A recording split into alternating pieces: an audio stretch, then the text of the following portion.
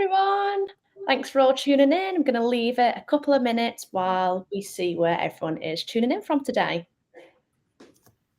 I personally am currently tuning in from Albania. I'm originally from Liverpool in England. You want to go around the room and see where everyone else is tuning in from today? Dave, you're next on my screen. Hey, Leah.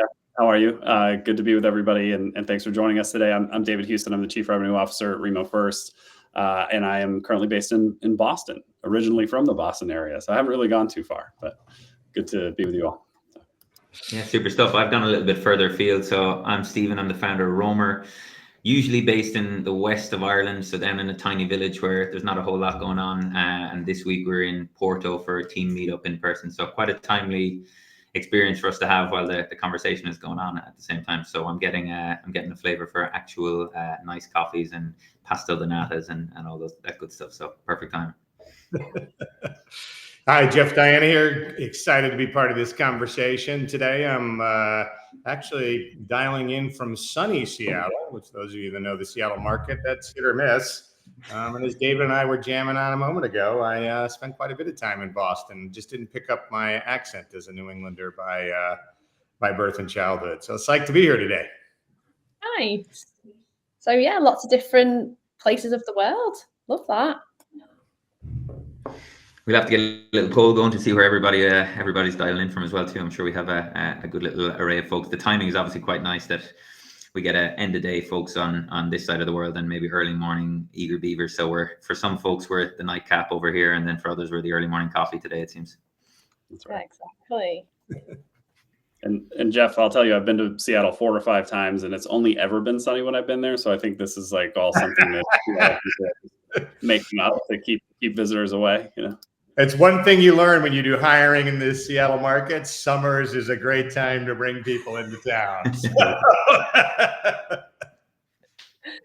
I love that. All right, well, we'll let people filter in. People might just be registering, but I'll give a little intro in what we're all about and sort of kick things off. So yeah, thank you everyone for registering for this webinar. As you know from the title, it's all about sort of belonging in the age of AI, culture and growth.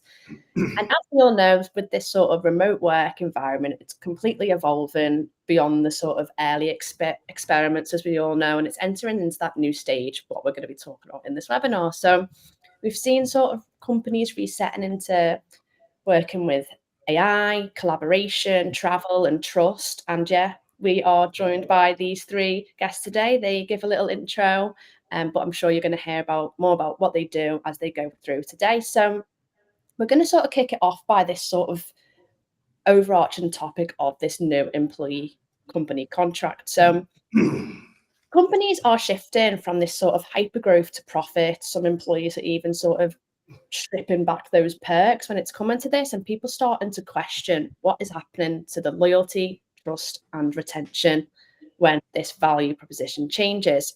So Jeff, let's kick it off then. So how are you sort of seeing the employee-employer relationship evolve? Yeah, I think I'll probably paint it in a few different vectors, and maybe I'll start off by saying it's a classic overreaction by corporations that if you look at the history of some of these trends, we tend to go to extremes and then land with some better balance. But I think there's been a big shift away from maybe traditionally a little bit more paternalistic or family-oriented relationship that organizations have tried to create with their people. It's now all about business, right? It's very business-oriented. If you sit in a leadership chair or a CHRO chair, it's sort of gone from being the happiness police to we got to get productivity out of our people. And this notion of retention, everything was about retention and what do we drive in that space. And now, which if you look at it, at least in my career, it's the first time I've seen the divide between talent supply and demand shrink and come back together. And as a result, I think you're seeing efforts by corporations to really reset that value proposition and contract and try and take back perhaps some of the leverage in that relationship that as markets are booming, they naturally have had to adjust to just from a competitiveness standpoint. Yeah, absolutely. It's that competitive standpoint, especially with the more remote teams and everything, things are changing and it seems like that shift is definitely happening. So Stephen, how does this impact how then companies are attracting and retaining talent? Makes it very difficult. I think the challenge that then sets is if we have this sort of retilting of the scales and rebalancing of the scales where there is a little bit more of the power in the hands of the companies, what that means is the fight is going to be up the food chain in terms of the quality of talent, right? So it's now that the competition levels for the top tier talent are where we're going to focus our energy. If we feel that we're maybe less focused on the retention side than we previously were, given that, you know, let's call a spade a spade. A lot of these companies are rolling out AI as a productivity enhancement tool, where previously we had seen the RTO mandates being the sort of silent way of letting go and lower overhead. Maybe now it's tilting to AI being the driver of that, right? You saw Benioff come out last week saying 4,000 jobs or something in Salesforce are being culled, and not the first to do that.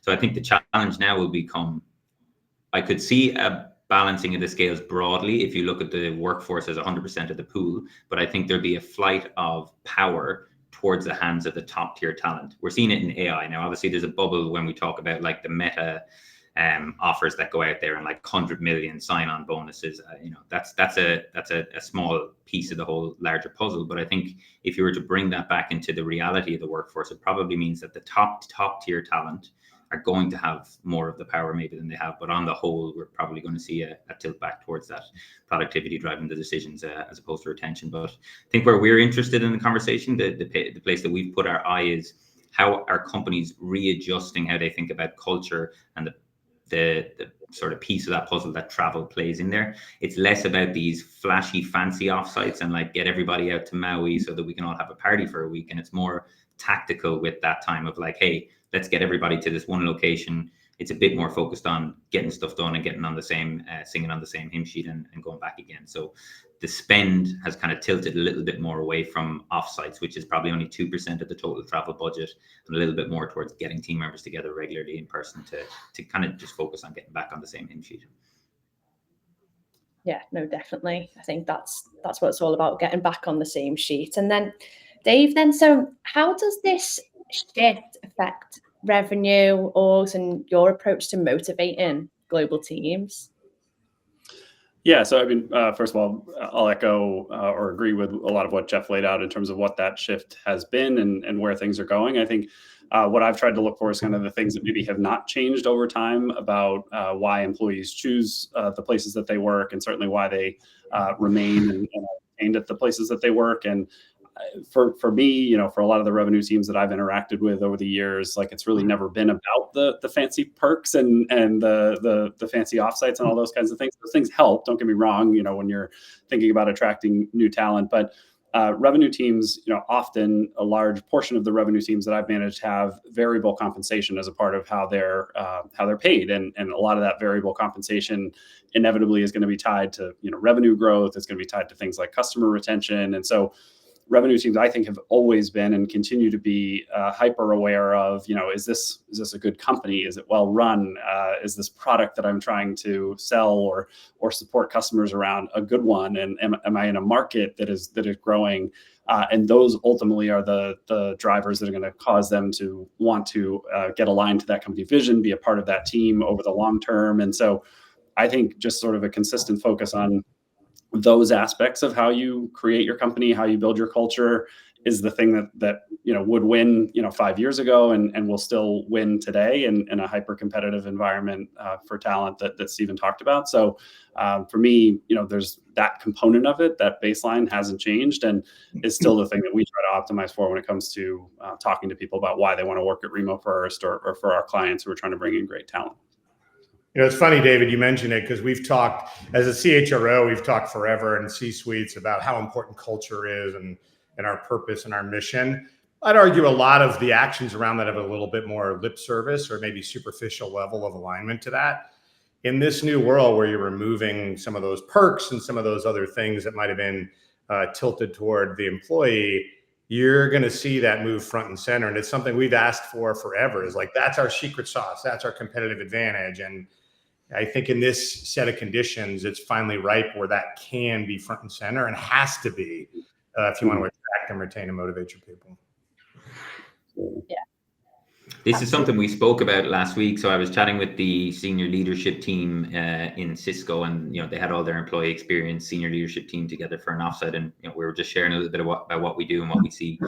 in the market. And one of the pieces that these large tech companies have to get right is there's such a disruption happening, and it's such an exciting time to work in a technology company that there's so many options of different missions you can align yourself to. If you look at why some of those meta offers are being rejected, it's like the opportunity at somewhere like an OpenAI, where maybe people are flooding to instead of those, is like, we're giving you the opportunity to change how humanity interacts. Like, that's a pretty compelling employee value prop, right? And an opportunity to go and work on that. So it's kind of a case of needing to show that, hey, we're on the cusp of what's happening in the industry. We're redefining how we work, redefining our own product. You should maybe join this mission because it's going to be totally different to any other thing that you've ever worked on. And if you can refine that through and get that messaging right, I think the excitement of that is maybe a little bit more believable than somebody 15 years ago preaching about how disruptive they are. I think everybody believes in the disruptive potential of the technology that we're all talking about. So therefore, there's a little bit more oomph when you say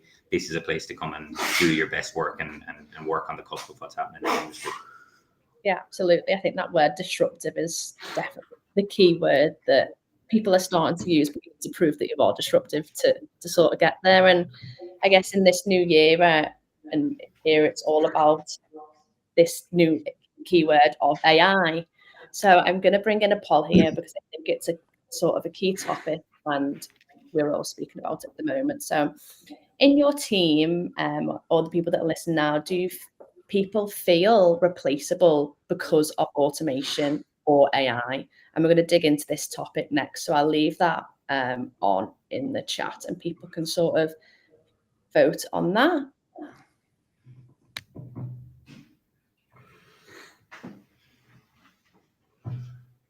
So currently we are 100% of occasionally, which is fair enough point at the moment. I think it's a little stressful to some people, some teams, and it's used so often, but it's, yeah, but it's still occasionally. Okay, I'll leave that to people to vote on. People can sort of interpret as we go through this next conversation. So yeah, we do know that AI is automating more work, and some people, as we say, begin to feel replaceable. But does that mean that the connection is fading? Are they being left behind in this sort of race for efficiency? So Jeff, I'd like to sort of start. How is AI shifting people's sense of purpose and value in organizations? Yeah, I think the first thing I'm actually going to mention is I think, the AI has got quite a bit of a hype train, and I know some of it will be real, some of it won't be. But I think we also have to recognize, and I think we often fail to do this, the broader macro conditions. Market conditions, macroeconomic conditions, political instability and changes are all creating this fear and uncertainty at a very broad level for people, even outside of work. So when you're in that context of fear and change and all of that, and then you add in the AI component, I absolutely think it's impacting people's sense of purpose. It's this fear of replaceability, as we've talked about. There's much more vulnerability to making that reality than ever before in the past, right? Organizations have already talked about in the past how we can replace people with software, right? It's much more real nowadays than it's ever been. Now, that is a huge opportunity for us. We really have the ability to reframe and re-energize your folks, or you're going to lose your people. And how do you re-energize them? There has never been a better time to go after higher value work and accomplish more, right? The people that are inside organizations, as we think through workflows and redesign organizations and reinvent the nature of work, is going to allow people to do things we've never been able to do before. And I know in my own personal use of AI for personal productivity, which is safer because no one's risking my employment or job security, like you can feel like the level of impact and performance you've never been able to have before. So we have to energize people around that. That's really important. And there's a phrase I heard, I wish I could figure out who to attribute it to, but it's not my own, but it's connections before change, right? And we sort of forget this very basic change management component that we talk about all the time. We got to set people up for this change through uncertainty. Part of the challenge here is we've forgotten the foundations of human connection. And the reason why we're a little bit stuck on this one is because the people leading organizations themselves don't have clarity on the change ahead. So you're asking people that really can't fully predict the environment that are steering the ship to then try and create clarity for people inside their organizations. And I think as long as we're open and candid and we have this foundation of trust that comes through human connection, we know people will be able to get on the bus with change and will be better able to manage and harness that change and stay focused and productive, which is really what organizations are focused about now more than ever. No, absolutely. I think it's definitely changing this narrative from instead of focusing on AI taking jobs, more like shifting to AI frees humans to tackle problems that maybe that we've never solved before, or we've been trying to, and things like that. I think it's definitely that sort of shift, which I'm really enjoying, and I'm definitely wanting to be part of that as well. So, Stephen, then how do we help companies rebuild human connection in remote or distributed environments? Yeah, it's not easy to do it that way. I think the perspective that we would have would be take them out of remote and distributed environments is a really good starting point, right? We know that there's a whole purpose for deep work and time alone and like getting your own stuff done. But I think when we're really focusing on how do we get everybody feeling attached to the mission, pointed in the same direction, it's very hard to beat being together in the room. That's the point of us being out here this week, and there's just higher energy. There's this sense of like we're all rowing in the same direction, and that needs to be maintained regularly throughout the year as well. So the way that that's manifested in the travel budgets of the companies that we speak to is the largest item now. If you think of travel as a pie chart, the largest slice of that pie now is bringing team members together regularly in person. So 33% of global travel spend is now being pointed towards internal team meetings. So that's a separate category to offsites. Historically, we've thought about the largest slice of that pie being the customer visits, like getting people out on the road, right? So that used to make up 28% of the total travel spend. So now we've seen bringing people together regularly outpace the spend in travel. But what's also interesting to your point, Jeff, about pointing people towards higher value work, what we're seeing happen with that customer visit spend is it's regained close enough to the pre-pandemic levels. So we're back at 27% now for customer visits. Yeah. So what that means to us is we've had this crazy boom of how we work in distributed and remote teams and all of the positives for talent attraction and getting our deep work done that comes along with that. But in this world now where a lot of the easier, lower hanging fruit tasks have been sort of automated away from us. If we think about this, maybe David, in your lens, it might be on prospecting and that hard, deep work on like research for particular companies or getting off a call and having to write notes for an hour to summarize it, to send it to everybody, that's gone, right? So the annoying grunt work of the sales process has been automated in many ways. So now you're kind of sitting there, right? Like, how are we going to use these people that we have to better our company's revenue and our growth? And what we've started to see is people are getting out on the road a little bit more. So the spend is regaining, and they're saying, hey, if everybody in this market is doing the automated outbound emails to everyone and automated cold calls now and whatever other version of AI that you're using to open up the top of the funnel, the fight now is going to be in the middle and closing, right? And what's going to win is potentially building those relationships, building that rapport. And we know that getting together and shaking the hands of folks and a little bit of retinal contact can do a whole lot more for that. So that's what we've started to see budgets being reapportioned to as well. It's not to say that that's the only way that it's getting done, but it's something that we've definitely seen in the spend on our side. Yeah, I really like that. I think it's got a completely different aspect to it as well, but it's that change is what you're noticing. So it's how you can sort of stand out in this competitive market of people all sort of starting to utilize AI at the moment. So then, Dave, if we are talking about sort of AIs and different tools, how do you think you can maintain this team culture and morale when tools can possibly maybe outpace people? Yeah, so first I'll echo something that Jeff said and tie it to something Stephen said. So like we definitely are in the hype cycle of AI, and Stephen mentioned some of the ways in which the sales side of a business are definitely being reinvented because of AI. But like one example that I'll provide is there's a lot of companies that came out and said, oh, like we can replace SDRs. Like we no longer need SDRs because we can just do automated prospecting to thousands of potential customers, and we can do it in a matter of minutes. And I am here to tell you, this might be a hot take, it does not work. Like either it doesn't work in terms of the functionality not being there, or not being able to live up to its promise. But also there's this reality that if everybody has access to those same tools, they cancel each other out, right? If Roamr can do it and if RemoFirst can do it, like, then everybody's getting the same automated messages and it doesn't work. So I do agree with Stephen's point that one of the ways you can sort of rise above that in the eyes of the customer is actually some of those, frankly, old school tactics of just getting in front of them and personalizing outreach as opposed to having, broader automated outreach and all that sort of thing.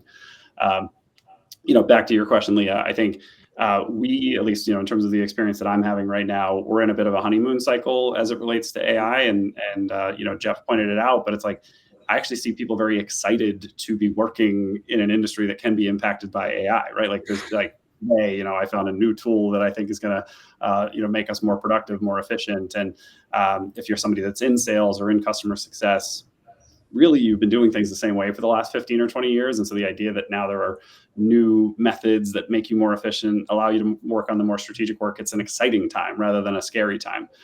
That's not to say that there may not be a time in the future where there is that, sort of human replacement.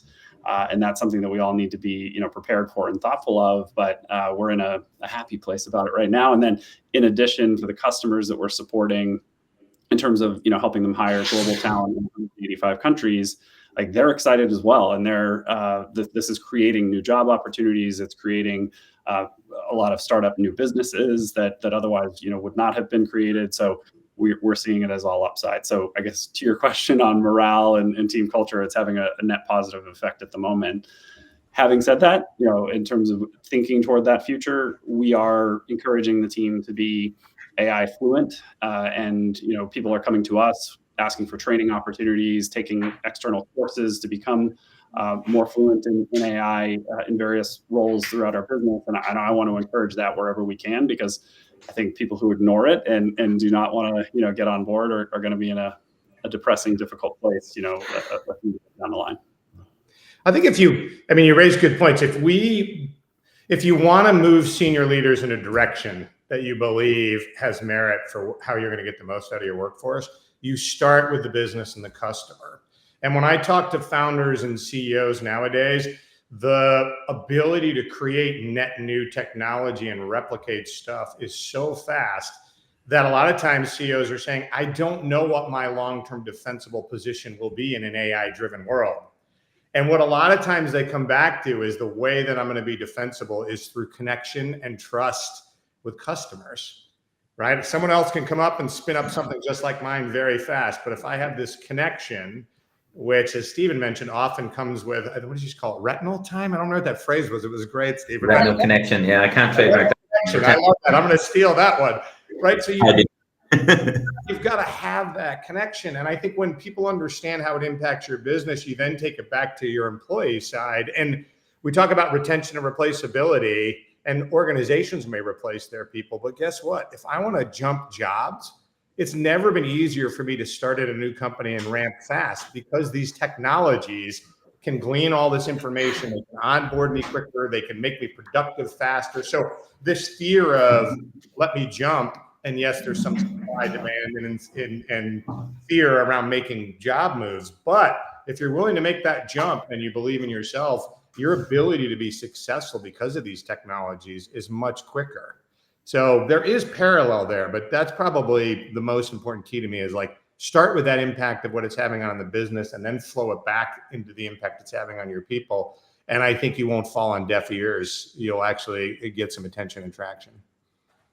That's wild, Jeff, that you said that ultimately a version of that was what immediately came to mind for me about talking about the defensibility piece. So we did a kind of founder offsite a couple of months back, and I was chatting with Des Traynor, who was one of the founders of Intercom. So like really leading the way in the AI development space. One of the questions that was asked is kind of, right, if you're building a company now, how do you think about defensibility in this world of potentially software gets taken out of the hands of folks who are developing it? And ultimately the piece that he gave back to is that the only remaining moat, it's no longer technology is the means of defending the business, it's brand and distribution. He made an unbelievable point where he said, if Stripe released a payroll product, we would all use it. And that's brand. And he slandered another company in the HRIS space setting. I'm not going to drop any names, saying that if they did a payroll product, nobody would use it. If they did a payments product, rather. So ultimately, how do you connect that back is like, it's never been more easy to give rapid feedback from our lens. Hearing something from a customer and putting it back in front of them 24 hours later, built live in your product, is possible now. That's really exciting for everybody who's interacting with your company, because it feels like they're actually dictating and driving on the product. If you look at that through the lens of folks who are building it, how exciting is that, having almost like daily interaction and feedback and someone sharing something that they connect that back to the commercial side of the house. And if we're saying that the purpose here is that you're responsible and you're the custodian of the brand and the distribution of our business, and that's our defensibility, then you've kind of tied both sides of the house, at least through our lens, right, where it's a very kind of product focused business. You've tied both sides to that original mission, which is kind of what we're talking about, trying to create that space for them to be tied and connected into the team and the job that they're doing. Yeah, I think it definitely pulls into the fact that like AI doesn't have that EQ, that emotional intelligence. So it's all about reaction to the brand, and that's how it sort of gets built. So yeah, thank you so much for all covering that theme. And as we move into our next theme, it's something that Jeff actually mentioned, and I really want to do a poll on it. And it's all about this sort of treating employees like adults. So I'm going to publish this, and it's just a bit of a funny poll just to see what people are thinking. Does your company treat employees like adults? And I'm going to put it now and keep open that up voting. And I think this is what sort of Jeff was speaking about here. The sort of parenting model of leadership is luckily and hopefully fading, and we're seeing that shift towards trust, ownership, and that flat structure. So yeah, always that's a good sign that is happening. I know in some companies it can. I'm tilting the scales here as one of the founders, obviously voting always. So that's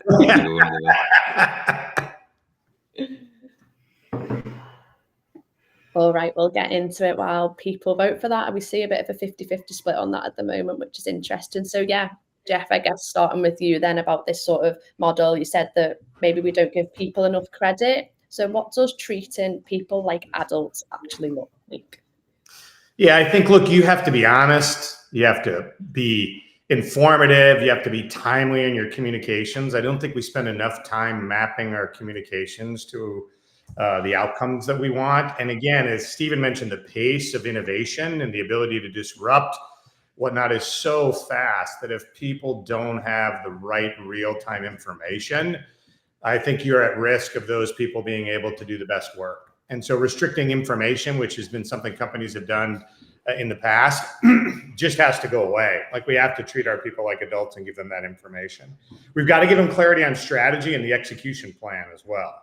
Like, if you give people an ultimate destination, you talk about the key things to deliver, then you give them the information to process.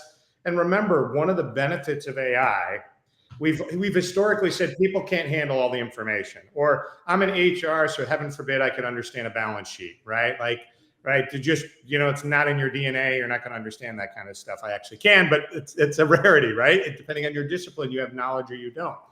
The beauty of AI being able to synthesize large amounts of information and tailor that to the individual allows people to process information like never before. So why be afraid of that? Give people the information, enable them, give them trust, believe in your people, and you now have better line of sight to what's going on in your business, because you too can synthesize data from different systems and see trends quicker than ever before. So the fear of, I turn people loose and maybe they go in the wrong direction, it's less likely to happen.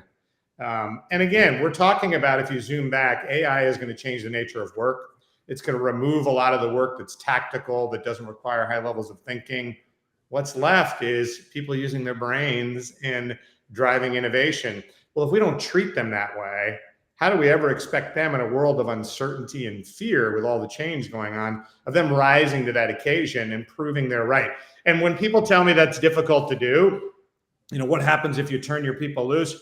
I always look at startups and founders and innovators, because what do you do in the early days? You say, I got a general direction, I have a problem I want to solve, and I've hired a bunch of smart people that will figure it out and try different things. That's the beauty of innovation, is unbridled direction and allowing your people to dream and try stuff. And we're in that state where every organization has that startup component of disruption like never before. And they have to have that entrepreneurial spirit alive and well. And so it's absolutely a must for organizations today. I think even the piece that jumps out there as well for me, Jeff, is like trust is always talked about in these conversations, but I think how it's manifesting itself now is you can as the senior leadership team, you can be a little bit more visible in proving that you are kind of standing up to that. It comes down to choice and flexibility in a lot of cases. Like if you've seen the attempts for the last 3 years at like this big everybody back in the office mindset and this like wash of content on LinkedIn. John Reardon, one of the remote thought leaders, like tends to say that this happens at Labor Day every single year. So we're watching a cycle to see is it coming up close. But ultimately now what we're seeing is what won out is creating some opportunity for folks to have that discretion themselves. So where's the choice? Where's the autonomy on flexibility, location, working hours and everything else? For us, we're kind of building Roamr on the back of the belief that that's going to continue. Like contextually for the folks who are here that don't know what we do, ultimately, if somebody is traveling for work, instead of staying in a hotel, they can stay with a friend in the city that they're traveling to. Both of them get paid 30% of the hotel budget and the company saves 30%. So by default, what the company are doing is they're signaling there that we trust you to get the right thing done here. We're rewarding you for making the right decisions for the company. And kind of broader strokes, it shows something about the culture and the organization's adoption and move into this new choice and flexibility era. Yeah, absolutely. So Steve, I'll carry on the conversation with yourself then. What sort of, on top of this then, what other cultural signals do you see in these high trust organizations that see their distributed teams succeed? The other signals of what's going on there, I would say the first thing that we've seen is finding the balance between that location togetherness and the autonomy. It's not an easy thing to do, to be maybe all or nothing on that spectrum. So finding the middle ground, what works for your company. There's no assumption that being in the office historically has been the best way for us to get work done. So I think we're in the rhythm now, and the companies that are doing a good job are finding ways to maximize the travel budget that they've spent to get the most out of that time together and to get everybody feeling reconnected. Sometimes that manifests itself in saying, hey, we've got folks in London and we're bringing them over to the Boston office for in-person time. It's a flight back to that high value work that Jeff had mentioned earlier on. Sometimes it's a case of bringing team members together for events and using events as the linchpin of that togetherness time, but maybe adding some time either side of that to be singing off the same hymn sheet. So that's something we do. We try both. We're together this week specifically in Porto so that we can get aligned. But we had an event in London, and that was something we brought all the team out to so that everybody gets face time in front of the customers as well. So I think maximizing your ambition with old processes and old systems and showing the employees that you're thinking in a new way is probably a really positive signal. I don't know if that's something that you guys are seeing. David, what are you guys doing? Yeah, we also agree that bringing people together in person is a great way to stay aligned. Despite the fact that like we have a kind of unique setup in that we're about 170 people internally, and I think we're in maybe 25 countries currently, and so we're about as distributed as it gets, and that creates all sorts of challenges, but also opportunities. And so when we can find those opportunities to get people in a room together, and as you mentioned, like we do use conferences and events as like one of those anchors to say, hey, we're already going to be attending Web Summit, so let's use that as an opportunity to bring people who are located in that region together and get them FaceTime with some of our leaders. That's a great tool for us, in addition to some of the things we're also doing behind the scenes. But yeah, we agree that's a helpful tool in the toolkit. Yeah, and I think like even if we look at like Leah at the top of the call is saying that she's dialing in from Albania, we can combine that with trust and giving some flexibility to folks around those things, right? And say, hey, here's a 30-day work from anywhere policy. Here's a 60-day work from abroad policy. Do your best work when you're on the move. But when we're together, let's lock back in again. And finding the balance between the two of those things is probably a positive signal. Tend to see it if you look at Flex Index, I find are a great source of data on this to show that the companies who have any version of autonomy in their location decisions are outperforming companies that have mandated time in office together. So the most recent one I saw was 5% outperformance. I'm not sure where we're at this quarter, but Flex Index, if someone is looking to dive deeper on that, tends to be a brilliant source. I think the trend you mentioned is only going to continue, right? I actually think the trend you're on is the future. And the reason why is I think as organizations rebalance their contract with their team members, and they remove, the who's got the biggest slide in the office and what level of crazy perks that they offer. As they strip that cost out, as businesses drive rule of 40 versus growth at all costs, and this is that macro market condition bit I was mentioning before, I think as that all gets cleaned out and companies feel a little more comfortable that they've reoriented their people, that we're here to deliver for the customer and we have to win quarter to quarter, and some of that stuff we've seen over the last 18 months to 2 years of sort of that purge of some of that, I think that's creating a set of conditions where businesses will trust their people with more autonomy, because they've removed some of that cost. They've sent signals about what we're all about. There is this fear that if you're not operating well, AI might do it, or we can find someone else that can do that, because again, the demand is lower than the supply that we've ever seen before. So I think as those macro conditions come together, it's going to be the innovative companies that get competitive advantage by how they design this approach around trusting their people and flexibility and how their people execute. And remember, the AI trend, I can see what people in my organization are doing faster, better than I ever have before. So this fear of, I'm not sure if I turn them loose, when I'll know whether they were moving in the right direction, that time frame is shrinking constantly. So the conditions are here, and it's time for people to build their strategy around that. Jeff, you're so right. And first of all, like as an organization, we're incredibly focused on unit economics. And so to your point, it's not growth at all costs, it's growth at the right cost. And as I mentioned, we do have this incredibly flexible environment. And it's funny, Leah is on my team, and I had no idea she was in Albania today, but I don't care, right? Because I trust I've outed you, sorry, Leah. Yeah, no. But truly, that's what we've built around. But I think that trust component has to go both ways, right? So it's trusting that the team can operate in that flexible environment, but it's also saying that I need to trust that you're going to give me the information I need to measure whether we're being effective, right? And you as the employee then in that case are sacrificing a little bit of that independence, because I'm saying, look, you have to then comply with the systems that I've put in place so that I can have that visibility into progress and being able to track those things and using some of those insights to make sure that we're growing the business. And so, yeah, again, I just wanted to emphasize that contract has to go both ways, that it's like with that trust comes this sort of expectation of accountability, of connectedness at the right times. And that may not be the fun thing to talk about from a leadership perspective, but it's essential to see, as you said, that you're progressing, that you're moving in the right direction, that we're supporting customers in the right way. It can't just be a free-for-all, obviously. Yeah, absolutely. I think that sort of feeling of trust is in a way driving the innovation, because you're feeling like you deserve to be in the role that you have. So you need to provide them with uplifting projects and skills and everything like that in the environment. So they definitely work hand in hand there. And I know prior to this, we mentioned, I just wanted to drop this in about when companies are sometimes with this sort of parental model, companies can like eliminate job titles, or people are like making their own titles.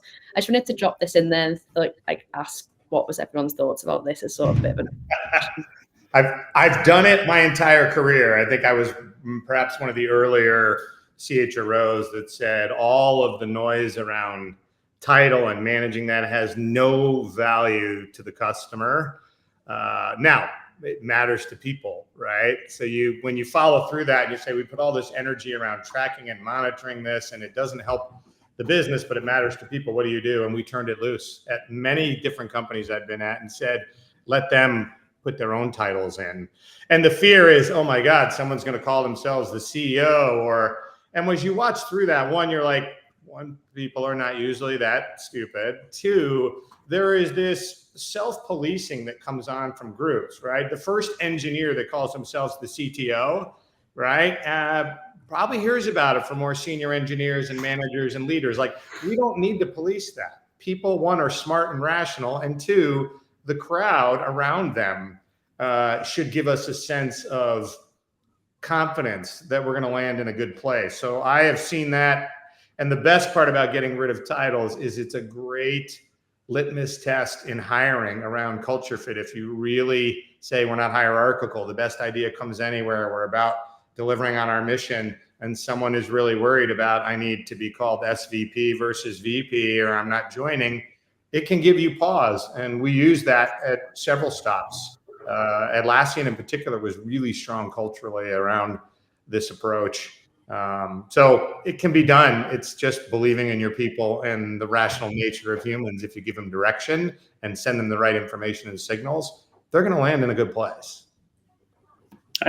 I generally agree. I mean, I think, yeah, there's way too much attention being paid to titling. And I have this memory of when I first got promoted to Chief Revenue Officer at RemoFirst. We were still a really small team. And I used to tell my friends, I'm like, just join a company small enough and they'll give you any title that you want. You know, it's a strategy. But no, I think, you know, and one of the ways this plays out for me when I think about it is interviewing talent and, you know, focusing on the title that they had at their previous company versus just digging in on what was the impact you were having on the business. Like, that's what I want to understand. Like, when were you, where were you in the room, you know, all that kind of thing. And so whether you're director, manager versus vice president, who really cares? You know, you need that sort of basic organization internally, but like, that's what an org chart's for. And you know, regardless of what people are calling themselves. So yeah, I agree with you there, Jeff.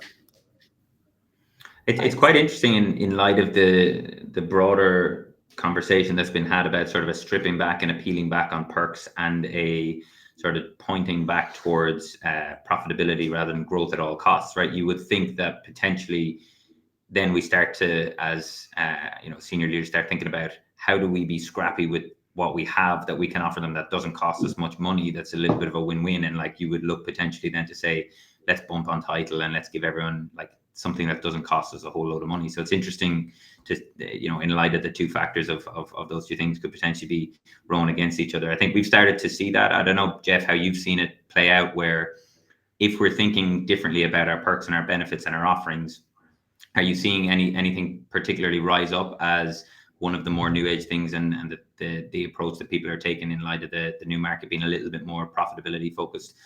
I'll follow up with the thing that we're seeing subsequently, but would love to hear what you're seeing. Yeah, I mean, I think, you know, you raise an interesting point first on titles. Like, you could look at that and say, hey, it's an easy give to people.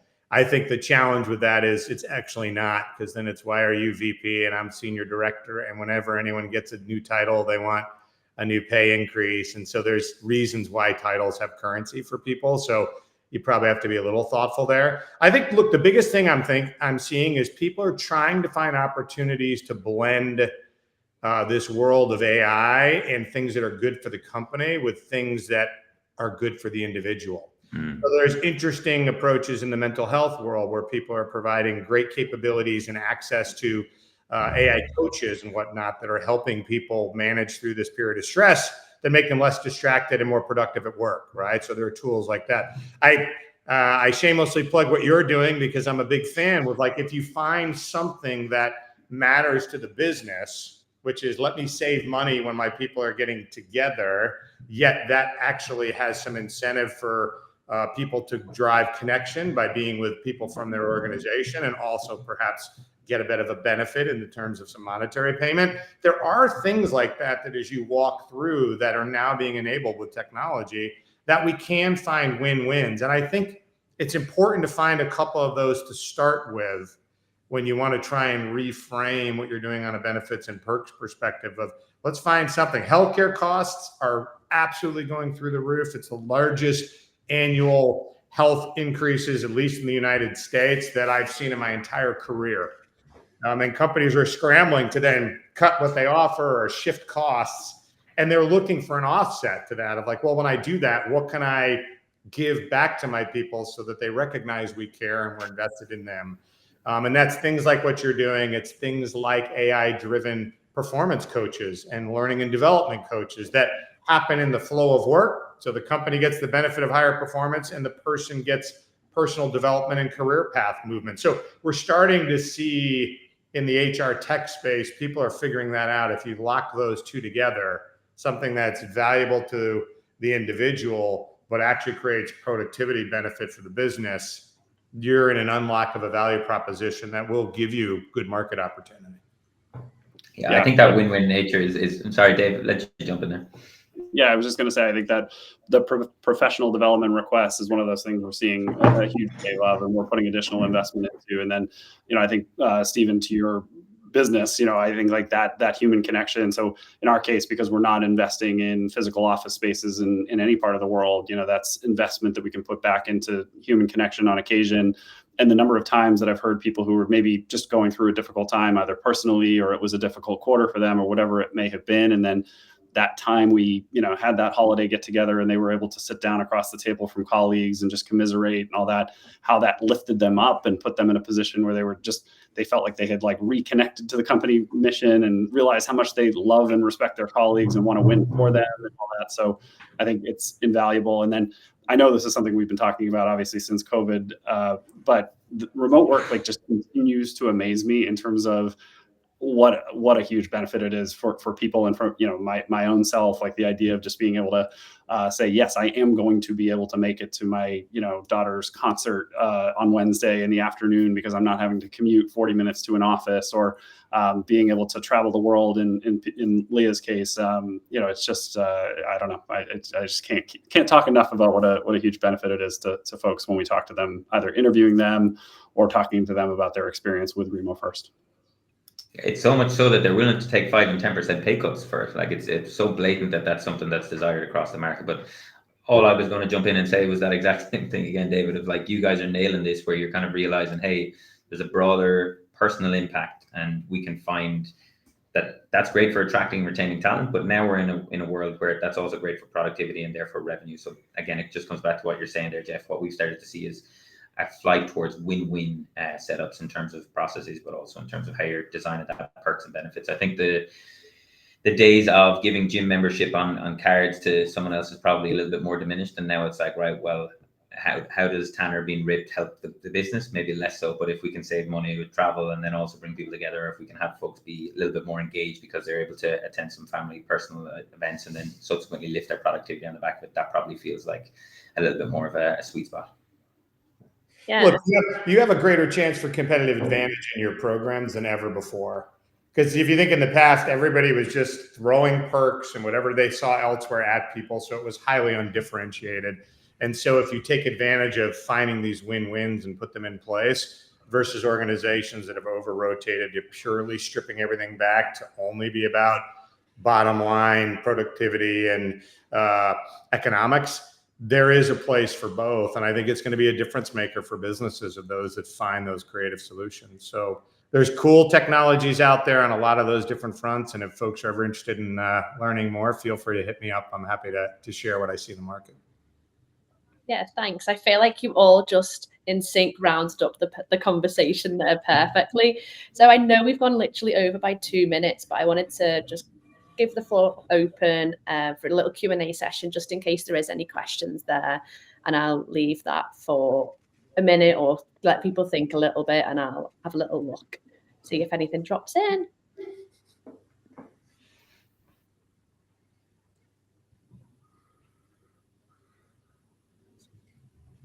So there's one in. I'm not sure whether you can see that one.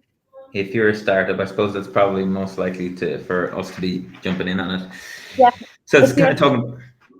Sorry, I'll read it out. So if you're a startup, where should you put your resources? Maybe, you might not have enough money to start investing in everything. AI, culture, or this may be travel to sort of meet up, as Stephen was mentioning before. I'll add, because maybe Stephen's not in there yet, and I work a ton with startups at the moment. I don't know that the framing is right. In other words, I don't know that it's a choice of one or the other. And I don't like to be a fence rider of like being undifferentiated. The travel one, if you do things the right way and you find solutions that are a win-win for your business and you're thoughtful around travel and people understand that you're here for the bottom line of the business and there's a survival of the company at risk, I think you can do travel. Culture, for sure. I think you have to have those underpinnings of where you're going and what you stand for and how that's going to work. And then AI is an enabler of the culture that you want at the same time that it should drive business results and productivity. So I think you're going to go across all of these. I would start with culture first. I would then look at how you reimagine work through AI and what productivity and enhancements you can create from that. And then look for other activities and programs and policies that have a win-win associated with them for your people. And that's where travel, when done creatively, can be one of those solutions. Yeah, absolutely. I think that's a great question. Sort of build them in one by one, but they're all sort of as good as each other. Thank you so much for that, Jeff. And then Someone asked, where do you draw the line between trust and accountability?